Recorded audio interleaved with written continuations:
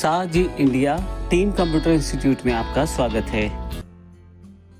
आपके कंप्यूटर पे दिखाई जाने वाली स्क्रीन को आप कॉपी भी कर सकते हैं और फिर उसको पेस्ट करके अलग से चित्र के रूप में रख सकते हैं। इसके लिए आप प्रिंट स्क्रीन का प्रयोग कर सकते हैं। स्क्रॉल लॉक लगाने से आपका पेज ऊपर नीचे होना बंद हो जाएगा। इसको स्क्रॉलिंग लॉक कहते हैं। किसी प्रक्रिया को कंप्यूटर में रोकने के लिए पॉज बटन का प्रयोग किया जाता है। यदि आप चलती हुई किसी प्रक्रिया को तोड़ना चाहते हैं तो उसके लिए आप ब्रेक का प्रयोग कर सकते हैं। पॉज और ब्रेक का मुख्य प्रयोग लैंग्वेजेस में किया जाता है।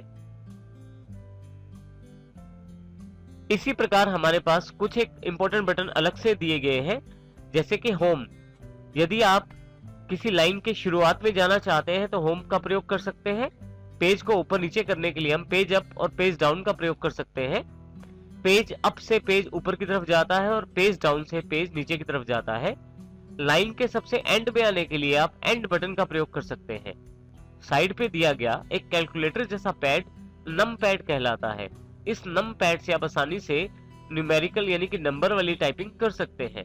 इसके लिए आपको नम लॉक दबाना जरूरी रहता है। एक बार नम लॉक दबाने से यहाँ पे दी गई लाइट भी चल जाती है और ये पैड ऑन हो जाता है, और यदि आप दोबारा नम लॉक दबाएंगे तो ये पैड ऑफ हो जाएगा। विंडोज के बटन के साथ एक मेन्यूज का छोटा सा बटन अवेलेबल है राइट हैंड साइड पे।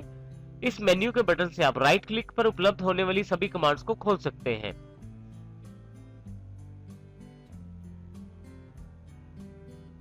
कंप्यूटर में कुछ विशिष्ट कार्यों को करने के लिए अलग से एक बटन दिया जाता है जिसे फंक्शन बटन कहते हैं।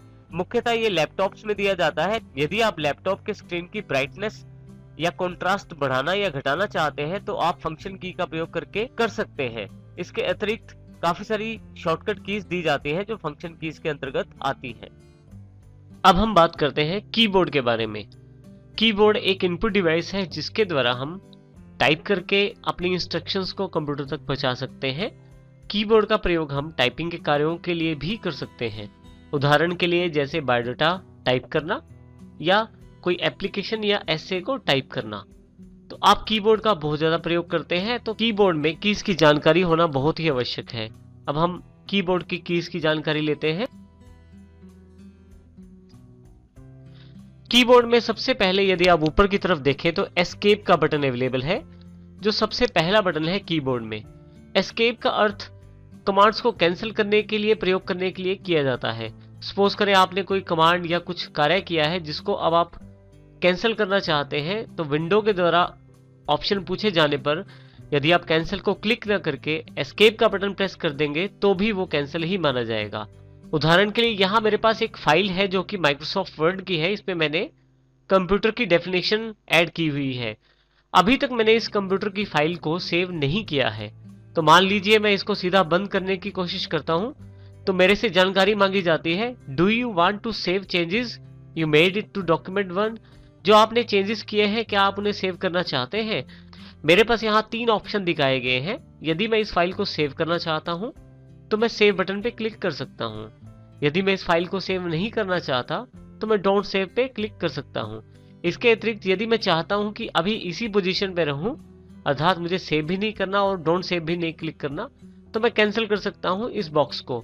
इसके लिए मैं माउस के साथ यहाँ पे क्लिक कर सकता हूं। परंतु माउस के अलावा भी आप कीबोर्ड से कार्य कर सकते हैं। इसके लिए केवल एस्केप जो कीबोर्ड का सबसे पहला बटन है उसको प्रेस करें। देखें ये हट जाएगा बॉक्स। इसका अर्थ यह है कि एस्केप का प्रयोग कैंसिल के लिए किया जाता है।